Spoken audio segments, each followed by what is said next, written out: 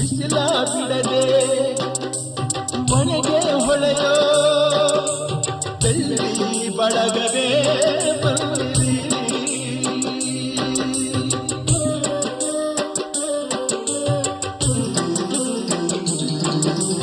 ದಿನವೂ ಪಯಣ ಹೊರಡೋ ತಿಪ್ಪಣ ನಮಗೂ ಅಮೃತ ತಂದಿರಿ. ಕವಿಯ ಬಸಿರಿಗೆ ಪ್ರೇಮ ಸಿಂಚನ ಮಿಂಚು ಮಿಂಚಿನ ಪದರ ಕಂಪನ ನೀಡುವಂತೆ ನೀಡಿ ಸುಖದ ಮಾತೆ.